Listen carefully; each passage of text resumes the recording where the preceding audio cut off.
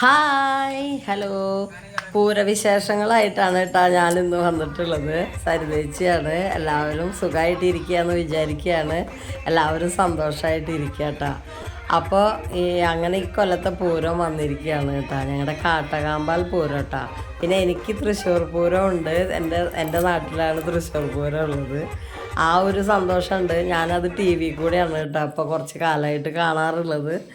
ഇടയ്ക്കൊക്കെ പോകുന്ന തന്നെയുള്ളൂ. അപ്പം ഞങ്ങളുടെ പൂരത്തിൻ്റെ തലേദിവസം അതിൻ്റെ തലേദിവസമൊക്കെ രണ്ട് ടീമിൻ്റെ ഗാനമേള ഉണ്ടായിരുന്നു കേട്ടോ. അപ്പോൾ ഗാനമേളയൊക്കെ നല്ല അടിപൊളിയായിട്ടാണ് ഗാനമേളയൊക്കെ. അപ്പം അത് കഴിഞ്ഞിട്ട് ചെറിയ നമ്മുടെ ആ അമിട്ടില്ലേ അത് പൊട്ടണതാണ് കേട്ടോ, പൊട്ടിക്കണതാണ് പിള്ളേർ. അത് ഭയങ്കര രസമാണ് കേട്ടോ കാണാനൊക്കെ ആയിട്ട്. അപ്പോൾ ഈ ഗാനമേളൊക്കെ കഴിഞ്ഞ് വന്നു കഴിഞ്ഞിട്ടുണ്ടെങ്കിൽ എനിക്ക് ഒരു പരിപാടിയുള്ളത് എന്താണെന്ന് വെച്ചാൽ നമ്മുടെ തൃശ്ശൂർ പൂരം അവിടെ ഓണാക്കിയിടും. അത് ഇങ്ങനെ കേട്ടുകൊണ്ടിരിക്കണം. അങ്ങനെ കേട്ടുകൊണ്ടിരുന്നിട്ട് ഭക്ഷണത്തിനുള്ള കാര്യങ്ങളൊക്കെ നോക്കൂട്ടാ പിറ്റത്തെ. അത് ഒരു പുലർച്ചെ ഒരു 3 മണിയോട് കൂടിയിട്ടൊക്കെ ഞാൻ ഭക്ഷണത്തിനുള്ള കാര്യങ്ങൾ ചെയ്യാൻ തുടങ്ങും. അപ്പോൾ വെടിക്കെട്ട് കാണാനായിട്ട് പ്രത്യേകം വേറെ എണീക്കേണ്ട ആവശ്യമൊന്നുമില്ലല്ലോ. ഇതിൻ്റെ കൂടെയൊക്കെ തന്നെ അങ്ങോട്ട് വെടിക്കെട്ടും ഒക്കെ കാണാമല്ലോ തൃശ്ശൂർ പൂരത്തിൻ്റെ. നല്ല രസമാണ്. ഞാനത് നല്ല സൗണ്ടിലിട്ടിട്ട് വെക്കും. അപ്പോൾ അടുത്തിരുന്ന് നിന്ന് കേൾക്കുന്ന പോലൊരു ഫീലൊക്കെ അപ്പോൾ തോന്നും ചെറുതായിട്ട്. അപ്പോൾ ആ വെടിക്കെട്ടിൻ്റെ സമയമാവണേക്കാട്ട് മുന്നെയാണ് ഇപ്പം ഞാൻ ഇപ്രാവശ്യം കുറച്ച് വൈകിട്ടൊക്കെയാണ് ഉണ്ടായത്. എന്നാലും ആ സമയമാകുമ്പോഴേക്കും എൻ്റെ കറികളൊക്കെ ഏകദേശം ആയി ഉണ്ടായിരുന്നു കേട്ടോ.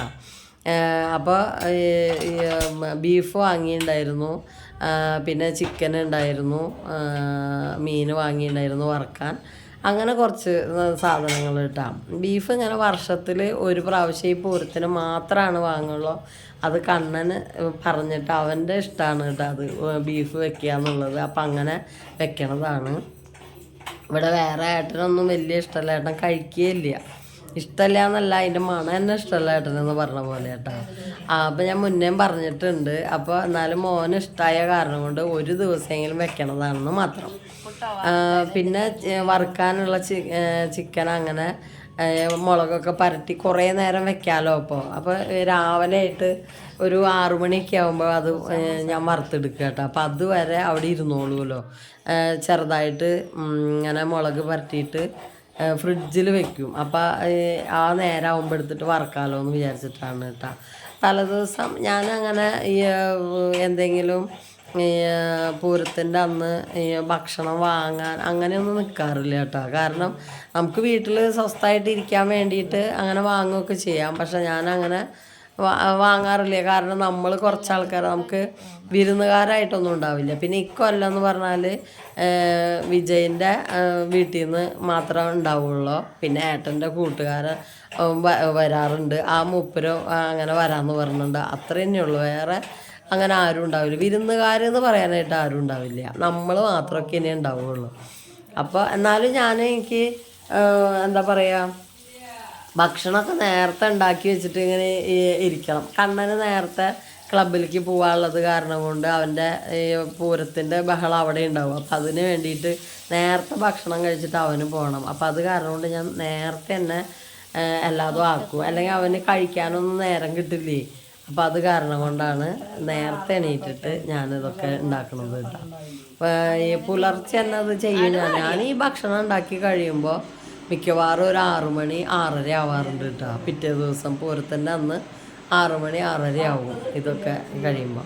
പിന്നെ നമ്മളിവിടെ നമ്മുടെ തൃശ്ശൂർ പൂരത്തിൻ്റെ ടി വി കൂടെ കാണുന്ന നമ്മുടെ ഈ അഭിവാദ്യം പറഞ്ഞ് പിരിയണതൊക്കെ ഇല്ലേ, ഉപചാരം ചൊല്ലി പിരിയണതൊക്കെ കഴിഞ്ഞതിന് ശേഷമാണ് ഞങ്ങൾ ഭക്ഷണം കഴിച്ച് പൂരത്തിന് പോവുക കേട്ടോ. അപ്പോൾ 2 പൂരം ഒരേ സമയം ആഘോഷിക്കുക എന്നുള്ളതാണ് എൻ്റെ ഒരു ഇത്. അപ്പോൾ കണ്ണൻ നേരെ വന്നൊക്കെയാണ് കേട്ടോ ഈ ഭക്ഷണം കഴിക്കാനായിട്ട്. അപ്പോൾ തൃശ്ശൂർ പൂരം അവിടെ നടക്കുന്നുണ്ട്. ഞാൻ അതിരുന്ന് കാണുകയാണ്. അപ്പോൾ കണ്ണൻ ഭക്ഷണമൊക്കെ കഴിച്ച് അവൻ്റെ ക്ലബിലേക്ക് പോവും.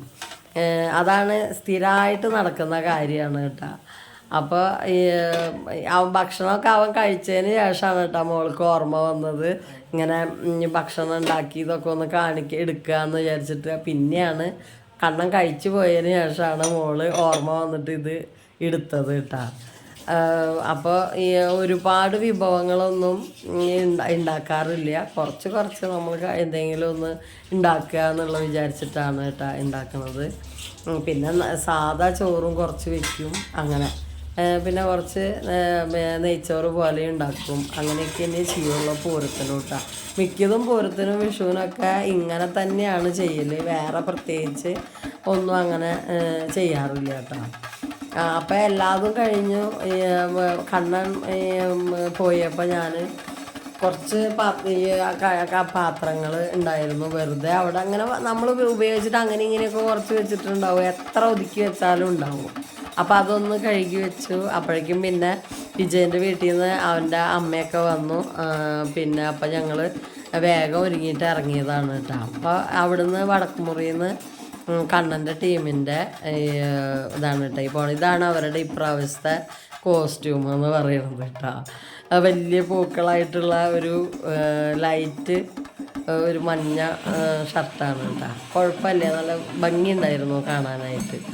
അപ്പം ഞങ്ങൾ ഇത് കുറച്ച് നേരം ഇവിടെ നിന്ന് കണ്ടിട്ട് അങ്ങനെ തന്നെ ഇവർ ശരിക്കും ആ ഉത്സവ പറമ്പിലെത്തുമ്പോൾ അവിടുത്തെ ഏകദേശം ആനകളുടെ വരവൊക്കെ കഴിഞ്ഞിട്ടുണ്ടാവും. അപ്പോൾ അത് ഞങ്ങൾ എന്താ ചെയ്യുക വെച്ചിട്ടാണ് ഇവിടുന്ന് ഇതിങ്ങനെ കാണും, എന്നിട്ട് വേഗം ഇതിനെക്കാട്ടും മുന്നേ അങ്ങോട്ട് പോകും.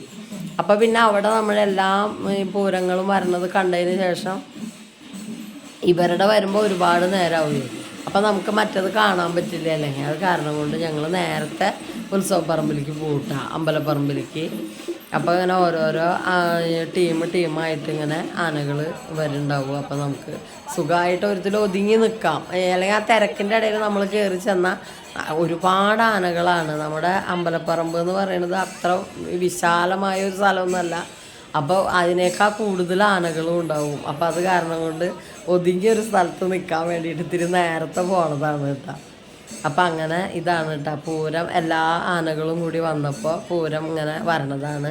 കാളി വരും. അപ്പം കാളി ദാരിക അങ്ങനെയുള്ള ഒരു സംഭവമുള്ള പൂരമാണ് നമ്മുടെ കാട്ടകാമ്പാൽ പൂരം എന്ന് പറയുന്നത്. ഇത് ഞങ്ങളുടെ ഒരു സ്വകാര്യ അഹങ്കാരമാണ് കേട്ടോ.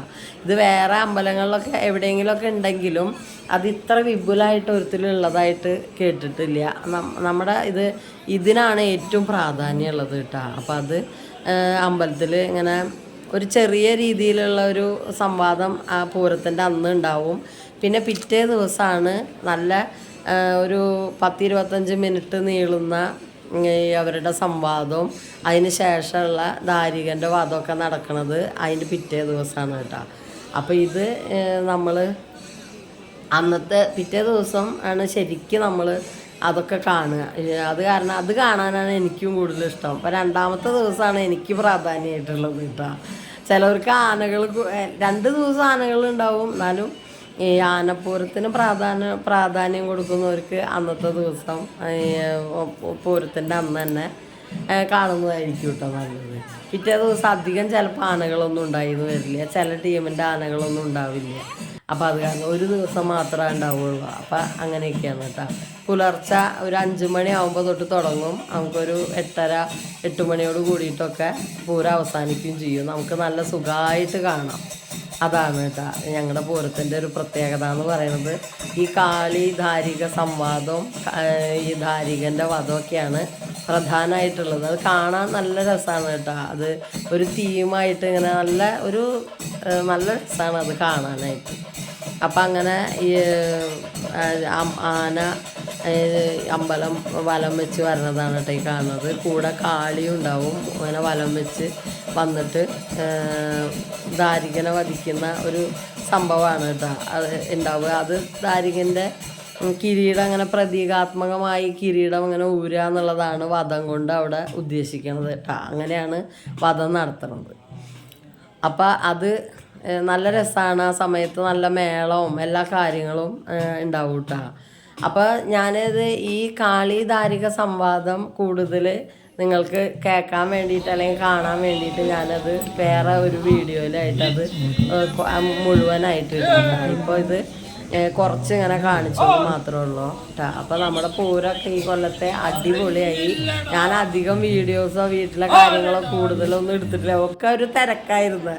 അപ്പോൾ പിന്നെ പിന്നെ നമുക്ക് വീട്ടിലെ കാര്യങ്ങൾ നോക്കണതിൻ്റെ ഇടയിൽ ഒക്കെ ഇങ്ങനെ ഷൂട്ട് ചെയ്യാനോ അല്ലെങ്കിൽ എടുക്കാൻ മോളേനെ വിളിക്കാനോ ഒന്നും പറ്റില്ല. പിന്നെ നമ്മുടെ മൊബൈൽ അത്ര നല്ലതൊന്നുള്ളതല്ലേ, പെട്ടെന്ന് അറിയും ചെയ്യും.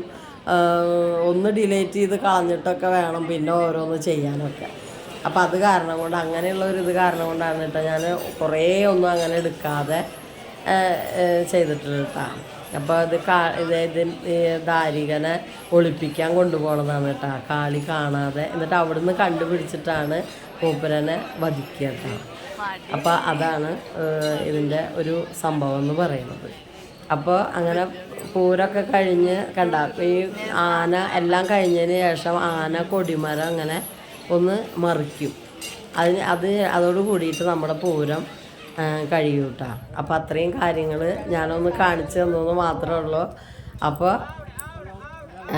നിങ്ങൾക്ക് എല്ലാവർക്കും ഇഷ്ടമായിട്ടുണ്ടെന്ന് വിചാരിക്കുകയാണ്. ഞാൻ അപ്പം അധികം വീഡിയോസൊന്നും ഇടുന്നില്ല, എന്നാലും ഞാൻ എല്ലാതും ഒന്ന് കാണിച്ചു എന്ന് മാത്രം. അപ്പോൾ വീഡിയോ ഒക്കെ ആയിട്ട് വരാൻ ശ്രമിക്കാം കേട്ടോ. എന്നും അങ്ങനെ വിചാരിക്കും, നമുക്ക് ഓരോരോ കാര്യങ്ങളായിട്ടുള്ള തിരക്കും കാര്യങ്ങളൊക്കെ കാരണം കൊണ്ടാണ് കേട്ടോ അങ്ങനെ വിട്ട് പോണത്. അപ്പം അങ്ങനെ അവിടുന്ന് കുറച്ച് പൂരപ്പലഹാരങ്ങളൊക്കെ വാങ്ങി അങ്ങനെ ഞങ്ങൾ വീട്ടിലേക്ക് പോന്നു കേട്ടോ. അപ്പോൾ ഇത്രയൊക്കെയുള്ള പൂരവിശേഷങ്ങൾ. അപ്പോൾ ഇനി ഇടയ്ക്കൊക്കെ വീഡിയോ ആയിട്ട് വരാം കേട്ടോ. അതുവരേക്കും എല്ലാവർക്കും ബായ്.